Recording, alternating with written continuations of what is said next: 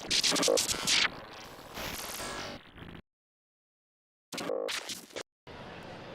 everybody, welcome back to EQN Sports, driven by Holiday Auto Group, with continuing coverage of the Cinch Stallion Stakes out in Las Vegas, Nevada, of course, with the NRCHA, and coverage brought to you by our friends at Ranch Fuel.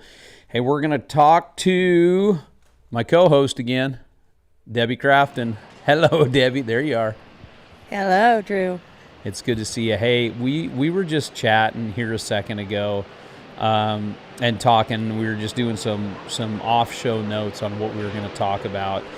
And I'm excited for this conversation because it's going to be a good one. And so I invite everybody that's watching to stick around. We're going to watch some runs real quick, or a run real quick here, but then we're going to get into some pretty cool conversation. And but first of all, the reason that we're sitting here talking is because high score in the cow work. I'm flipping through my notes here, and this was on a different horse too, right? Than when we were talking the other day. Is that correct? Yes, sir. Yeah, this was on the SJR Diamond Miss mare. Gotcha. So 220.5. What's the story on this mare? So this filly I bought off of San Juan as a yearling. She's by the SJR Diamond Mist, and she's out of some kind of pink Cadillac. This filly's name is SJR Some Kind of Mist, and I've had her the whole time. Made the finals on her at the Futurity.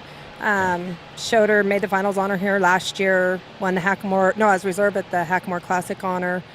She made the finals at the Derby. She just had a real good year last year, 4-year-old growing up, and then won Tres Osos Derby back in February at the World Show on her. And so here we are at Stallion Stakes. Oh, gotcha. I didn't realize this is the mare that you won out on. Well, good deal. Well, let's go ahead and take a look at her and talk to me about how she works here. Yeah, so I have a lot of confidence on her. She has really just matured so much in the past couple months, 3 months, 4 months, whatever. This cow wanted to be kind of tough. Like, I stepped to it thinking I'm going to drive it around, and it says, we're going to go. Well, and we're I'm going like, right now. Okay. Yeah.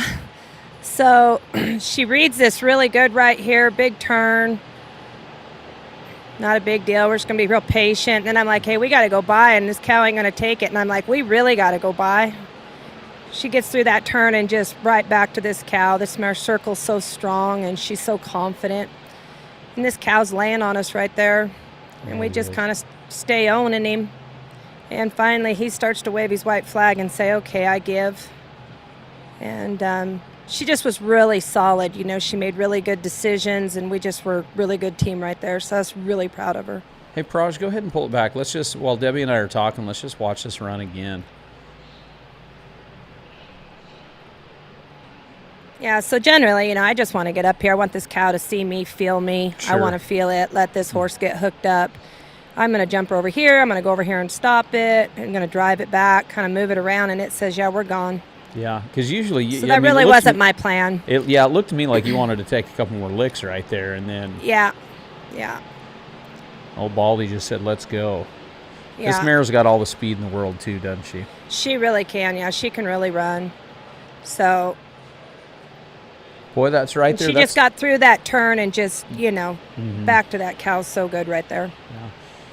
Cows get tough, like, right? Somebody, I guess, that hasn't been around this sport or even cutting or worked cows very much. That cow never starts paying attention to you until about 3/4 of the way through the run. That's right. Never. No, he paid didn't even see me in them turns and stuff. I No. mean, he didn't start to honor me until when he was laying on me in that circle right there. Yeah. And then finally he was like, "Oh, I see ya." And and then he started to give. Man, that's what I think is so cool about this sport is just that, like right there, that whole run, that cow's against you the whole time. The cow is just looking for an out, not paying attention to your horse at all, laying on you right there. Boy, I'd imagine if you don't have a horse with a lot of confidence right there, they can start giving it up on you right there too, can't they? Like, absolutely. You know, I was going to say, if they're not confident in that run and that job and in you know, as far as if they don't know what they're supposed to do and they don't have confidence in you, then generally it's going to fall apart. Yeah, I can see that. I can definitely see that. Well, great job right there. So going to kind of get into the nuts and bolts of the conversation here. So you brought that mare back and 3 others as well. You have 4 of your 5 horses making it to the finals. Yes, sir. Yep. Boot Scoot and Flow is back. Covered in Smoke, he's a new horse to the string. Just got him off of Sean and Tammy Hayes. And then Kit Kat Lynx also just got off of Sean and Tammy Hayes. So that's the 4 coming back. Cool. Do you? I hate to put you on the spot like this, but do you have a favorite of those 4? Do you have one? Let's say not a favorite, but a horse that feels maybe a little bit better at this show than the others, or what's that look like to you of those 4? Yeah, I mean, I love them all. Sure. You know, the 2 I don't know very well, just getting to know them. I love Boot, Scoot, and Flow, but Some Kind of Mist is definitely, you know, one that I have just a lot of confidence on. Sure. She's good in all 4 all 3 events so well. Yeah. You know, I just have a lot of confidence everywhere across the board on her. Sure. Okay. So I prepped you for this before we jumped on here, and this is what I want to talk about. You know, I think you and I have probably talked more than anybody else at the sports desk so far here over the last, you know, season and a half or so that we've been doing this with the NRCHA. And I don't care what discipline, what event, what sports you're doing. Making it to the finals once in a while, you can chalk it up to having good runs, having a little bit of luck, but when you're there consistently over and over and over again, and then just like here, you didn't get 1 horse to the finals, you got 4 horses to the finals out of 5. And what I'd like to have you do is kind of take us back to the preparation side of this and what the day-to-day is for you, Debbie, back at the barn, because like I said, this doesn't just happen. This is built on hours and hours and hours and hours. And Cush and I kind of talked about it a little bit earlier, but I want the people to know, you know, your family, you're driving, you're doing all of that stuff. How are you finding the time, and what do those days, the day-to-day for Debbie Crafton look like at the barn? Yeah, so, you know, biggest thing is just getting to know the individuals. I really want to know my horses as much as I need them to know me. So I spend a lot of time on them. I don't just try to get them out. You know, I'm the one that warms them up. I'm the one that cools them off. I'm the one that saddles them and puts them away and all the stuff. So I just really know them. I think big thing is becoming a team, becoming a friendship, having a friendship. And then, of course, training them, I want them to be confident in their job, confident in the cues, understanding me, not second guessing. And likewise, I need to know what they're thinking.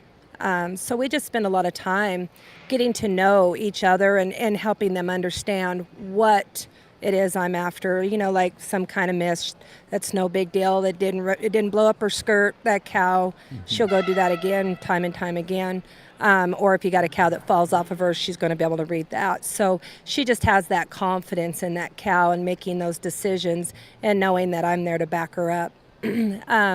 You know, I use these horses outside a lot. I really feel that riding them outside and just going and doing a job, again, establish growth and builds confidence in a partnership of working a bovine, you know, working a cow. Sure. And just keeps them fresh. You know, we just go do things.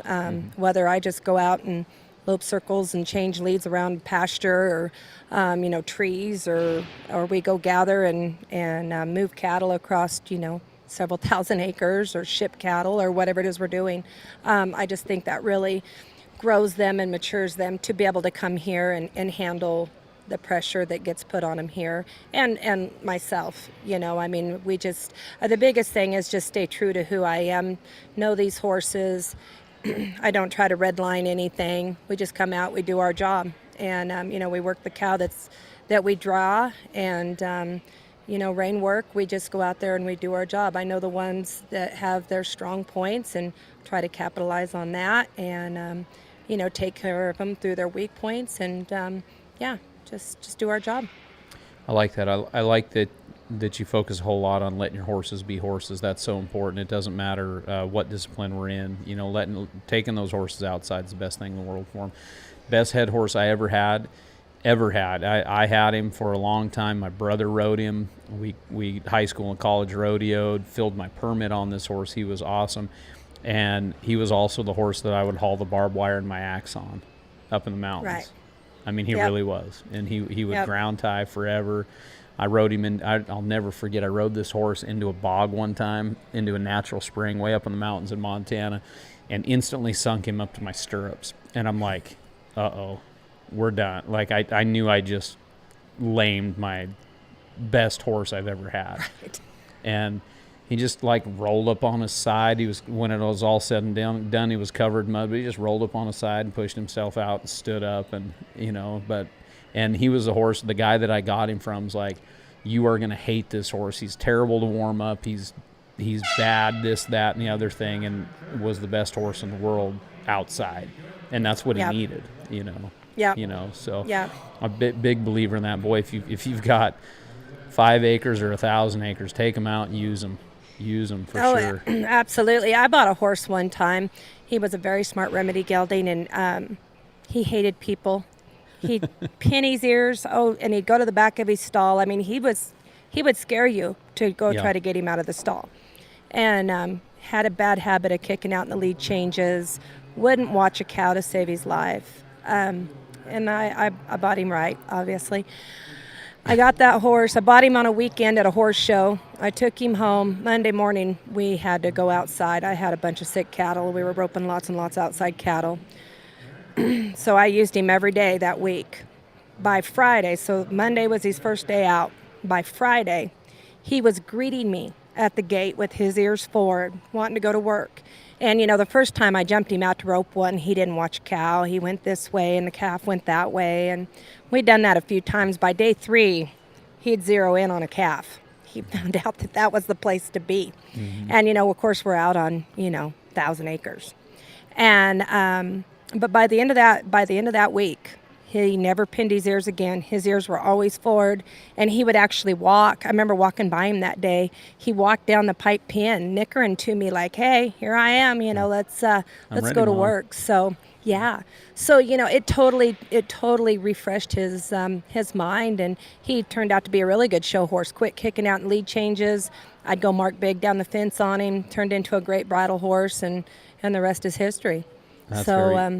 So yeah, it's very important. People don't, and there's people that don't have, they say, well, I don't have a ranch, or I don't have this, or I don't have that. I said, that's okay. Your horse don't know that. Mm-hmm. Go create something, even if it is, like you say, on 5 acres, go create some job out there. Go create something. I mean, be a little kid and dream a dream, and go out there and, monkey turn 5 head of cows out there, or whatever you got, and go take one out and drive it over there, and take the others and drive them over there, and then put them back together. Your horse don't know the difference, and it freshens up that mind. Yeah, for sure. Hey Debbie, so who taught you cow horse? Like who was the person that taught? And this may be a total stupid question, because maybe everybody knows the answer and I just don't. But what is your background? Who taught you all the stuff about the horses? Because I know that you manage your horses, you do all of this stuff, but who taught you all this stuff for the cow horse?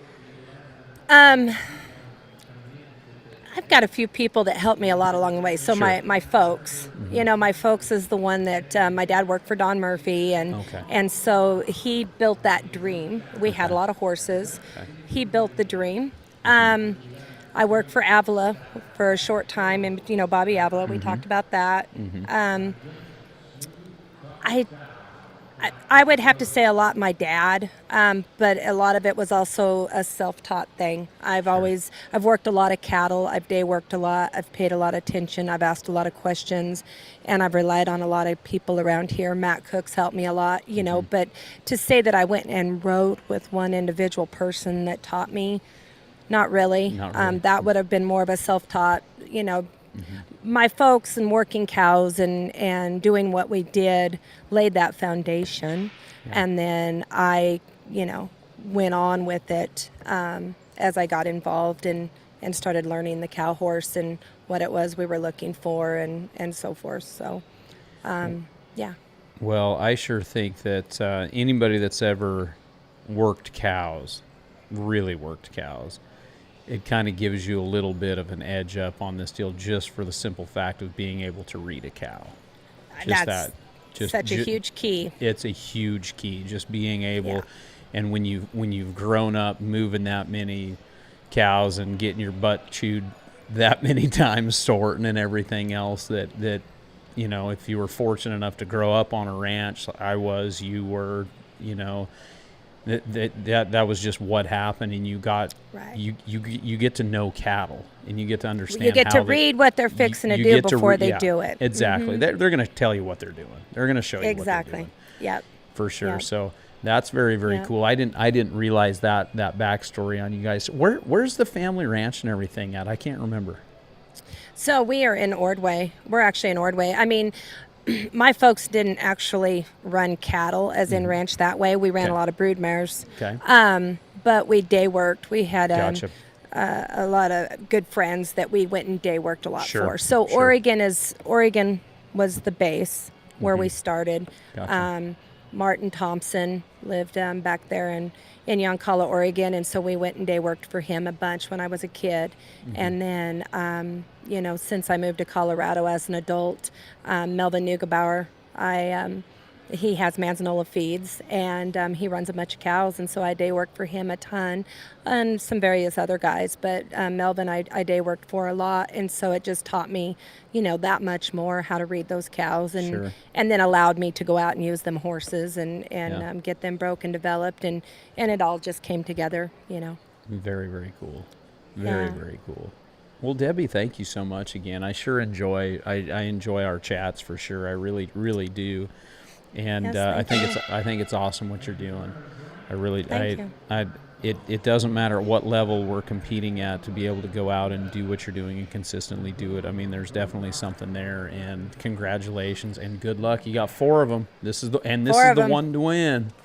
Yeah, let's go do this. So, Let's go do hopefully- this. Yeah, Yeah. 27,000, I think, is what Cush and I were talking about this morning here in my notes. Yeah, 27 grand to win. Just go ahead and do it. Just go get her.